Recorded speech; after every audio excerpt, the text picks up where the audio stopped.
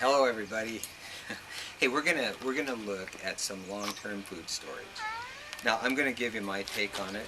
There's been a lot of YouTube videos done on some long-term food storage, but we're just gonna take a look at how we do it here and some of the things we use to do it with and that kind of stuff. I'm not gonna get into big philosophy on why you should put up some food, but I think just good self-reliance and personal responsibility. I think just prepare for a disaster though. What the heck? Put up some put up some food. Yeah, it doesn't hurt. And today, I'm gonna pack some beans. Actually, we don't have a lot of long-term food storage. I don't know, maybe half a dozen buckets or something. But one thing we're a little short on is legumes, and we have some really interesting stuff put up in long-term storage, but we're just going to go with regular pinto beans today. Bought these at Costco. I think they were 20 bucks, something like that, maybe 15. Well, it wasn't much money out of the food budget. So that's what we're going to pack today. This is what we're going to do it with. These are the items you need to do some mylar bag, oxygen absorber type long-term food storage. So these are oxygen absorbers, and they usually they come with a mylar bag. So kind of a duo here that you get these off of Amazon and they'll ship together. And they're about you get 10 mylar bags, you get the same amount of oxygen absorbers, and they're about 20 bucks, about $2 to do a bucket full. Other thing is these are called gamma seal lids. And I do this thing, right? You got a receiver on this side, you got a lid on this side, and what you do is, now I've already done it on this one. You can see the receiver's kind of on the bucket, but you put that on there. And just use a rubber mallet and you just pound it down on. Once you do that, you can't take these off. You'd have to cut it off or kind of ruin the bucket to get it off. Very, very tight seal. And then what happens is the lid screws on here, and this lid has a rubber gasket around it, so it fits really tight. Good weather seal. Nothing's going to get in there. Keeps the varmints out. That kind of thing. So we use a gamma seal lid on that, and then the bucket itself. Those lids are about, I don't know, I think they're running about $7 each. And then and of course they're food grade, just like this bucket. Now, if you were going to store something that wasn't food grade, like I store ammo in some of these, or you might store some kind of unique machine parts or something. You don't care if it's food grade. I'm storing this stuff in there, so I want to make sure it's food grade. And these run about $3. And just like the lids and the gamma seal lids we usually get from Home Depot. Buckets, same place. You can get them off Amazon, lots of different places. So right now we're going to go ahead and get into storing the beans in long-term storage. So the first way we start. This is a 3 mil, I believe, mylar bag. They come in different thicknesses. Some are twice as thick. I don't think you need a real thick, expensive mylar bag because you're using a bucket. If you weren't using a bucket, I would get the thickest mylar bag you can get.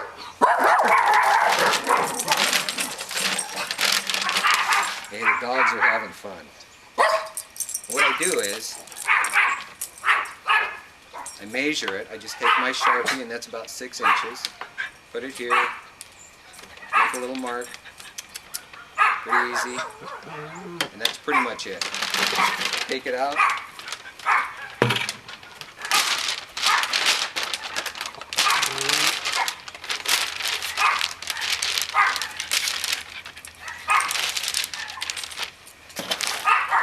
Let me get the beans off of here. So take it out. Everybody has a steel straight edge, or you can use a wooden one, whatever. But I like to get a nice, kind of an even cut on the mylar bag. Just simply cut along there.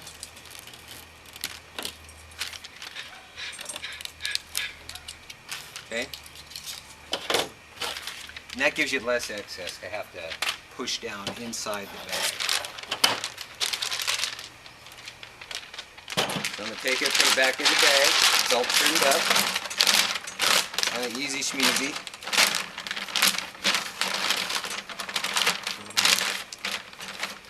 And then I'm going to take a little break. From here, I'm going to pour the beans in. You know, nothing exciting about that. And I'm going to seal part of the bag and get it ready for the oxygen absorbers. Then we're going to come back and we're going to see how to close this whole thing up. Okay, see you in a few. Hey, okay, we're back. I went ahead and cut the beans open and went ahead and put them in the bucket. So I'm going to tilt it forward so you can see in the camera. You can see all the beans in there. And the other thing I like to do is I don't like not knowing exactly what's in here. So I went ahead and I cut the bag apart and I taped this later when I'm all done to the outside. Here's some of the nutritional information, things like that. So those are kind of it. Now, sealing the mylar bag. There's a couple things. This costs about 80 bucks, this tool right here. You don't need it. If you know your budget's tight and you can't afford something like this, use an iron. Put it on high, but you have to press hard with an iron. You know, if I was going to use an iron on this, I might put a 2x4 across here, maybe lay it on there, use the old iron on it, and it works pretty good. These are just really handy for, I noticed when I was putting up ammunition with this that it works a little better than an iron would. So, but in this case, I think you could use an iron fine, but I have this, so we're going to use this. So, and you simply grab it. What you do, get it down here, and you press. About 3 seconds. Yeah, that's good. You can see the kind of indentation it makes there. You can see how it's sealed and melted the bag. You want to overlap when you do this. So here's another part. I press hard. Maybe you don't have to press this hard. And then I'm not gonna seal the whole thing up because oxygen absorber has to go in it. But I like to, because I have to work so fast with the oxygen absorber, I want to get it and just leave a little, maybe another 6 inches on the end here for the oxygen absorber to slide in. And then I'll seal it up after that. So I'm going to do it to right about here.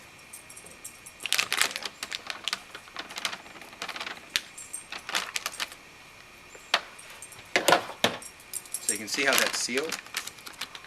Little chunk left here. Boy, I didn't leave myself much space, but I can fit one in there. These guys, don't leave them out. Work with these really quick. Pull one out, immediately seal it up. Toss it in here. You know, set this down, toss it in, and then finish sealing this. And right away I come back here afterwards and I'll even suck the air out of this because I really want these to keep. These guys, they start absorbing oxygen right away. Once they're exposed to air, they really do. So I don't want to belabor the point, but work quick.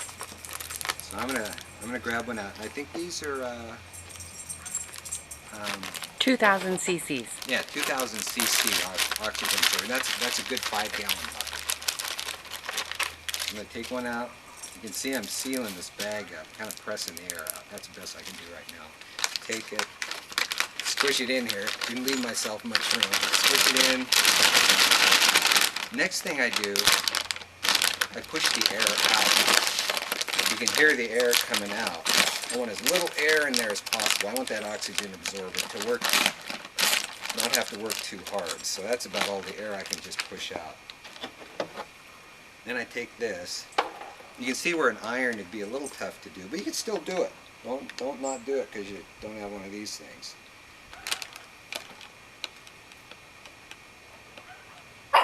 Okay. Then you can see, all sealed up.